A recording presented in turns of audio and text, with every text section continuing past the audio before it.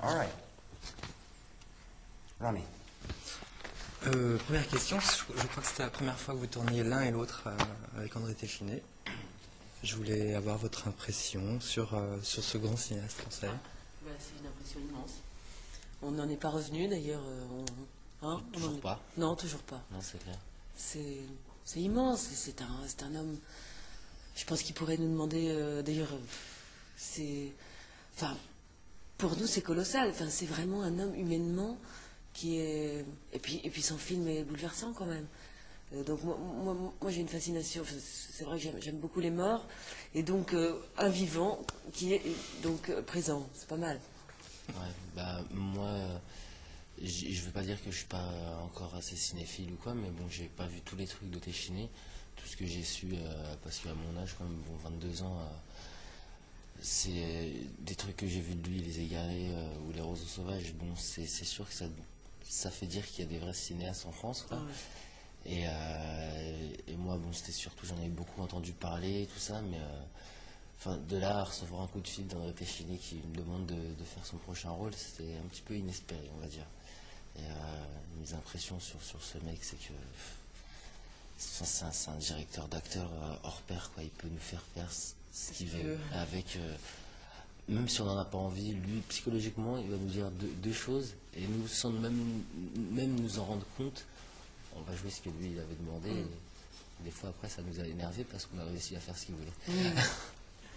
Notamment Yohan Vous, il me disait que vous aviez beaucoup plus de mal à jouer les scènes de bonheur et d'ensoleillement du personnage que celles où vous étiez plus à l'aise apparemment dans les scènes de maladie, plus dures, plus tragiques. C'est marrant, c'est ce que j'ai ressenti aussi complètement. C'était pour moi tellement difficile d'avoir le sourire 24/24 tous les matins arriver comme ça, dans la vie sourire comme ça, quoi. Ouais, je suis comme ça, mais je pense que dans le plus beau des sourires cache le plus profond des mal-être. Ça a toujours été, je sais pas d'où ça sort, mais c'est ce que je me suis toujours dit parce que c'est mon cas. Et c'est vrai que c'était beaucoup plus facile, question de mémoire sensorielle, de se mettre dans la peau de quelqu'un qui souffrait que de quelqu'un qui rigole tout le temps. C'est difficile d'avoir, dans la vie, ouais, mais derrière une caméra, d'être toujours la gueule enfarinée comme dit André, c'est un peu difficile. Julie, je vais vous poser cette question par rapport à la musique, parce que vous avez un rôle de chanteuse. Je sais que vous êtes très passionnée par la musique. C'était certainement une belle expérience d'avoir à jouer un rôle de chanteuse. Franchement, moi j'ai énormément de respect pour tous les musiciens.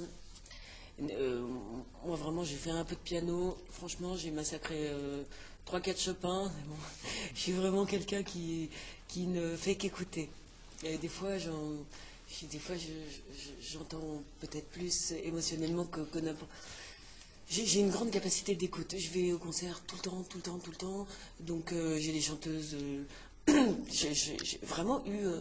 Quand il m'a demandé de faire la chanteuse, pour moi c'était très émouvant. Donc surtout chanter Barberine, c'est quand même un air. Moi, l'air commençait déjà, je pleurais. Donc j'étais très émue. Pour parler de vos personnages, vous interprétez un couple frère-sœur, très proche d'ailleurs. Vous vivez dans le film, au départ, c'est... j'ai oublié le prénom du personnage. Manu, pardon. Moi, c'est Manu, oui, tout à fait.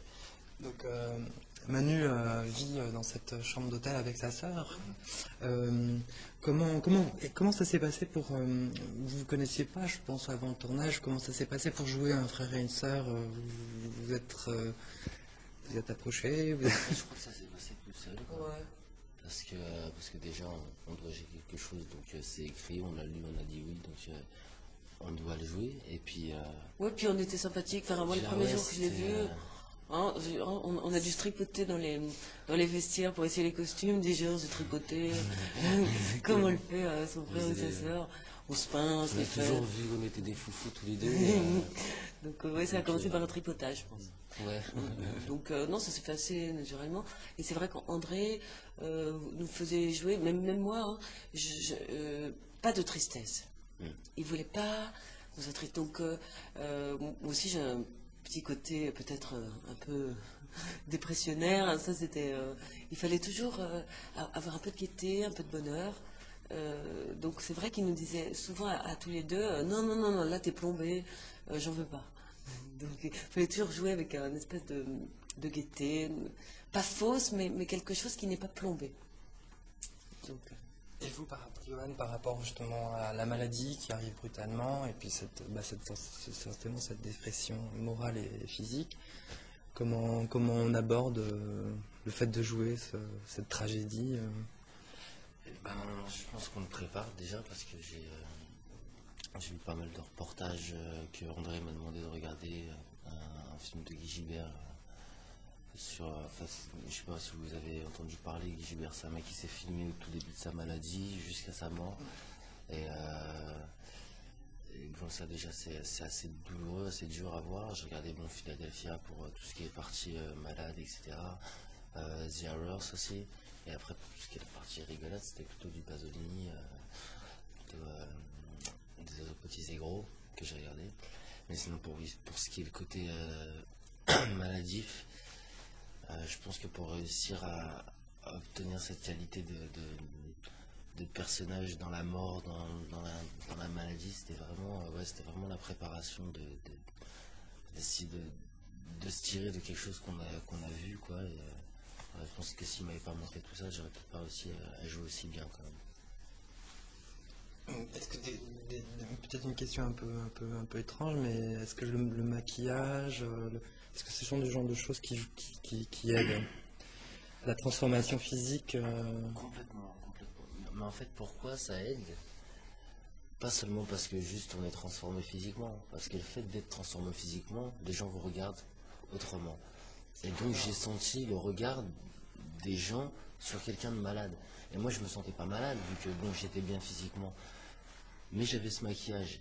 Et les gens, moi quand j'ai oublié que j'étais malade, je me le rappelais très vite parce que les gens quand ils me regardaient, pourquoi ils me regardent comme ça? Alors hop, je vais dans un rétroviseur de voiture, je regarde, je fais ok, je me rappelais plus.